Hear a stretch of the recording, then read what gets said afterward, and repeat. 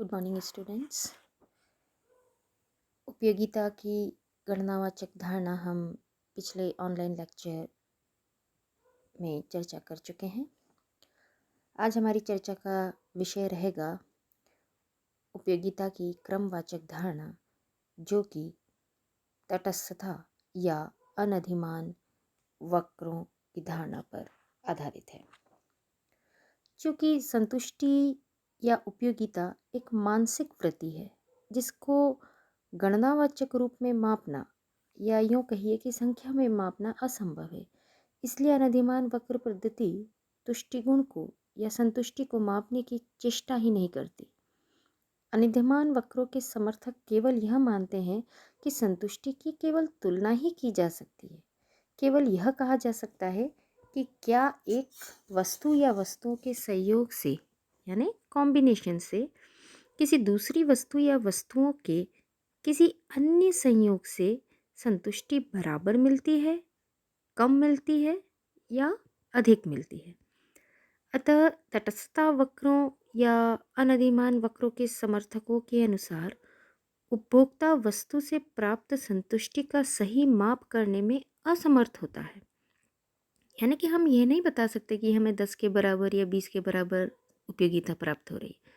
हम केवल उसकी तुलना आसानी से कर सकते हैं और यह बता सकते हैं कि क्या उपभोक्ता की संतुष्टि का स्तर किसी अन्य वस्तु या किसी कॉम्बिनेशन से कम है, अधिक है या बराबर है। तो इस धारणा में यानी कि उपयोगिता की क्रमवाचक धारणा में उपभोक्ता विभिन्न वस्तुओं या कोई भी सेवाएं भी हो सकती हैं या उनके संयोगों में एक अपनी प्रेफरेंस रखता है, जिसे हम स्केल ऑफ प्रेफरेंसेस कह सकते हैं। अर्थात विभिन्न वस्तुओं और वस्तुओं के विभिन्न संयोगों को उनसे प्राप्त संतुष्टि के अनुसार वह एक क्रम दे सकता है। आप समझिएगा, क्रम का मतलब यहाँ पर रैंकिंग से है। यदि वस्तुओं के विभिन्न संयोगों, सपोज कि ये जो कॉम्बिनेशन है, संयोग यानी combinations A B C D आदि है, तो उपभोक्ता यह बता सकता है कि क्या वह ए को बी की तुलना में अधिक प्रेफर करता है यानी अधिक पसंद करता है, या बी को ए की तुलना में या ए को बी में वह उदासीन है। तटस्थ का मतलब क्या होता है? उदासीन। ए और बी में उपभोक्ता का उदासीन होना इस बात का सूचक है कि उनसे उस उपभोक्ता को समान संतुष्टि प्राप्त है। हम उदासीन कब होते हैं, हम तटस्थ कब होते हैं? जब हमें दोनों ही कॉम्बिनेशन से समान संतुष्टि प्राप्त हो रही हो। इसलिए हमें ये ध्यान रखना होगा कि उपभोक्ता केवल यही बता सकता है कि वस्तुओं के किसी एक जोड़ से यानी किसी कॉम्बिनेशन से उसको किसी अन्य वस्तु के कॉम्बिनेशन से संतुष्टि कम, अधिक या समान मिलती है। वह यह नहीं बता सकता कि कम मिलती है तो कितनी कम है, अधिक मिलती है तो कितनी अधिक है।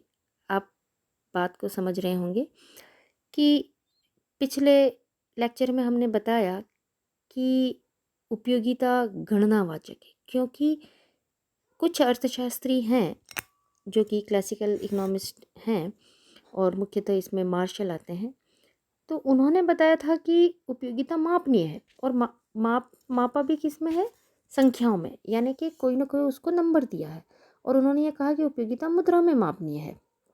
लेकिन यहाँ जो क्रमवाचक धारणा है उसमें बताया गया है कि उपभोक्ता उपयोगिता या संतुष्टि को माप नहीं सकता, सिर्फ वह तुलना कर सकता है कि अमुक वस्तु से उसको कम संतुष्टि प्राप्त होती है या किसी और वस्तु से अधिक। जैसे मान लीजिए कि कोई ब्रेकफास्ट में ब्रेड पसंद करता है, कोई फ्रूट पसंद करता है, तो उपभोक्ता ये बता सकता है कि उसे ब्रेकफास्ट में या नाश्ते में ब्रेड से ज़्यादा संतुष्टि मिलती है, किसी उपभोक्ता को ब्रेकफास्ट में फ्रूट खाने से ज़्यादा संतुष्टि मिलती है, किसी को मिल्क से ज़्यादा संतुष्टि होती है।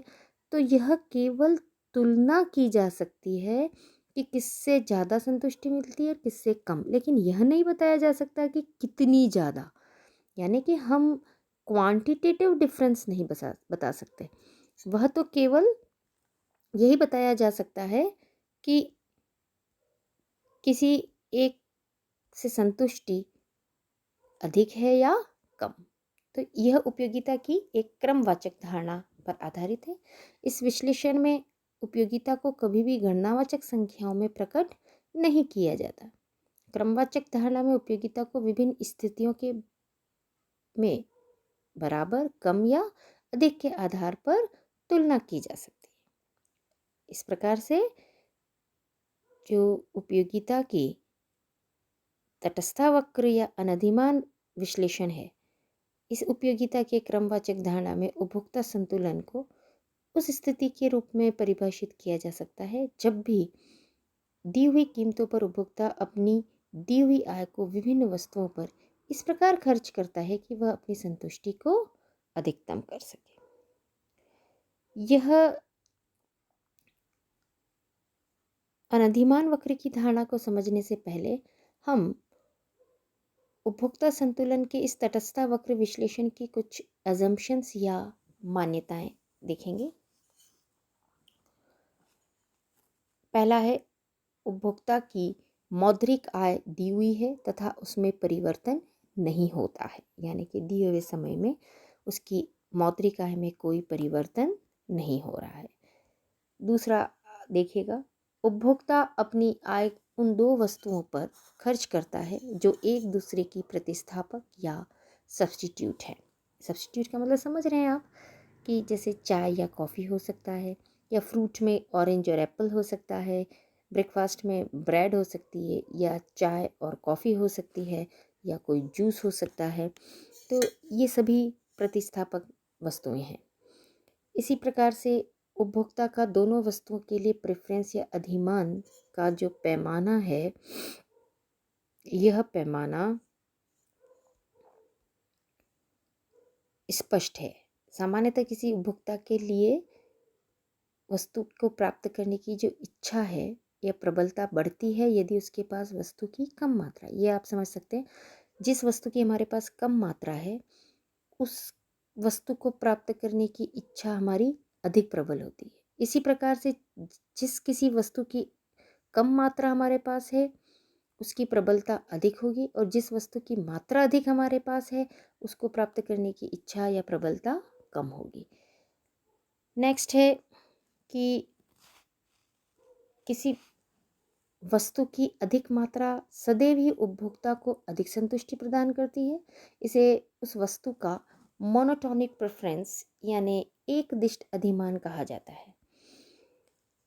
एक और धारणा ली गई है कि उपभोक्ता को विवेकशील माना गया है। हम ऐसे किसी उपभोक्ता की यहाँ पर विश्लेषण नहीं करते हैं जहाँ की इस विश्लेषण में उपभोक्ता अपनी उपयोगिता को या संतुष्टि को अधिकतम ही ना करना चाहे। हम ऐसे विवेकशील उपभोक्ता की बात कर रहे हैं, ऐसे किसी विवेकशील उपभोक्ता के बारे में अध्ययन कर रहे हैं जो विभिन्न वस्तुओं के उपभोग से प्राप्त संतुष्टि को अधिकतम करने का प्रयास करता है। अब हम देखेंगे कि यह तटस्थता समूह या अनधिमान वक्र है क्या। मुख्यतः हिक्स और एलन के मांग विश्लेषण की प्रमुख अवधारणा जो है वह तटस्था वक्र या अनधिमान वक्र है। अनधिमान वक्र समझने से पहले हम अनधिमान का एक शेड्यूल होता है जिसे हम इनडिफरेंस शेड्यूल कहते हैं, उसे समझेंगे कि यह अनधिमान वक्र दो वस्तुओं के उन संयोगों को व्यक्त करता है जो उपभोक्ता को समान संतुष्टि देते हैं। चूंकि एक अनधिमान वक्र पर स्थित सभी संयोग उपभोक्ता को समान संतुष्टि देते हैं, इसलिए इन्हें हम उदासीन या तटस्थता वक्र कहेंगे।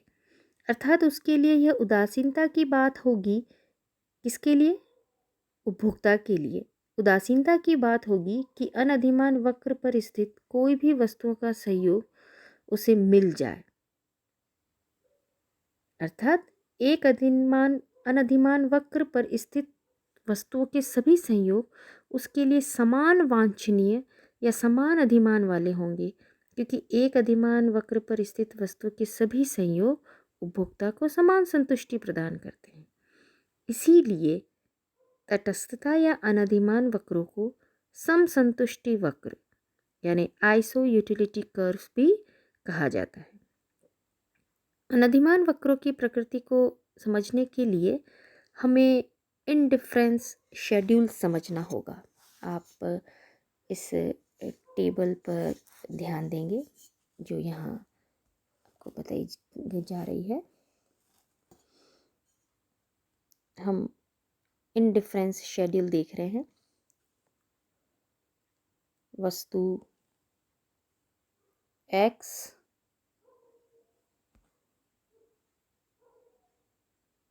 और वस्तु y, अब इनके डिफरेंट कॉम्बिनेशंस दिखाए जाएंगे। हम पहले इस पर चर्चा कर रहे हैं, इस पार्ट पर, केवल यहाँ तक।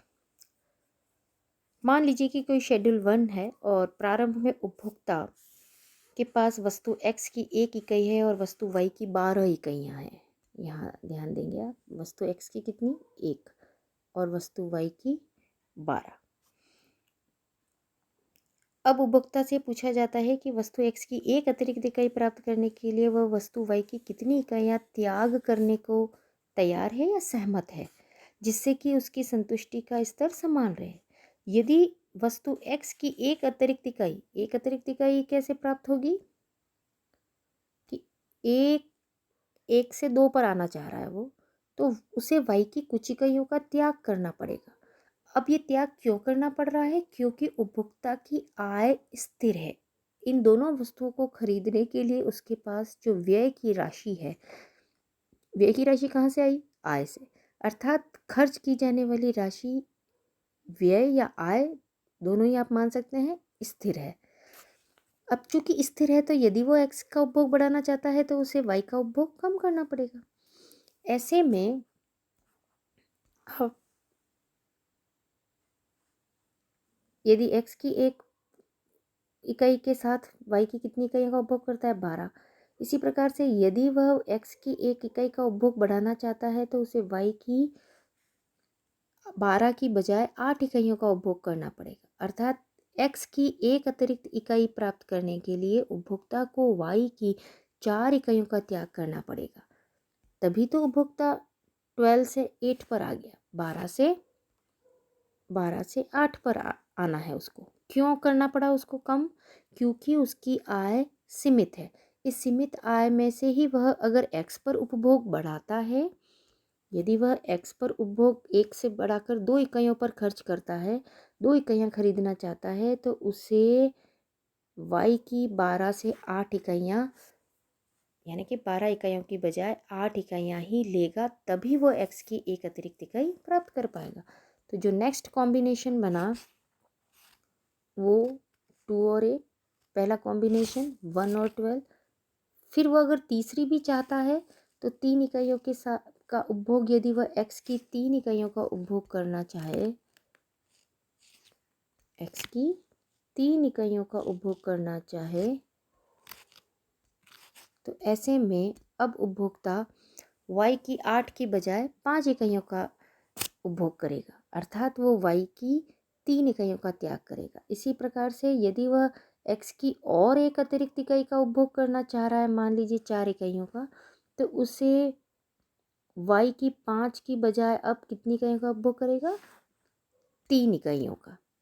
कितनी इकाइयाँ उपभोग करेगा, 3, अर्थात पहले 5 कर रहा था जब x की 3 कर रहा था, अब उपभोक्ता 3 से 4 इकाइयों का उपभोग बढ़ाना चाह रहा है। ऐसे में उसे y की 5 इकाइयों की बजाय अब y की 3 ही इकाइयाँ प्राप्त होगी, अर्थात वो 2 इकाइयों का त्याग करने को तैयार है।